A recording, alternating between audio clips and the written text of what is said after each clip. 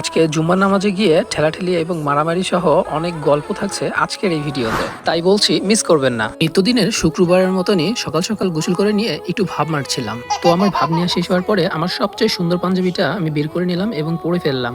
নিয়ে সাধারণত চুলটা দেখছিলাম, আমি এত বড় চুল কখনোই রাখি না। তো টুপিটা পরে নিয়ে হালকা একটু আতর দিয়ে দরজা খুলে বের হয়ে গেলাম আম্মুকে সালাম দিয়ে। তো বের হয়ে নিজেকে একটু দেখছিলাম যে কেমন লাগছে, সবকিছু ঠিকঠাক আছে কিনা। তো এখন নামাজে যাচ্ছি, যাওয়ার সময় বন্ধু বান্ধবদের ফোন দিলাম সবাই আসার জন্য, এক মসজিদে সবাই নামাজ পড়বো। তো সিঁড়ি দিয়ে জুতা নিয়ে উঠে গেলাম যেন চুরি না হয়। আর এখানে একটি বাবাকে তার ছেলে সহ আসতে দেখে খুবই ভালো লাগলো, কারণ আমরা ছোটবেলায় সবাই এরকম বাবার সাথে নামাজে যেতাম। তোমরাও কারা কারা এভাবে বাবার সাথে নামাজে গিয়েছো আমাদের কমেন্ট করে জানাবে। এখানে একটা ছোট্ট কিউট বাচ্চাকে দেখে তার সাথে একটু মজা নিলাম, নিয়ে এরপর দেখি বন্ধু বান্ধব চলে আসছে।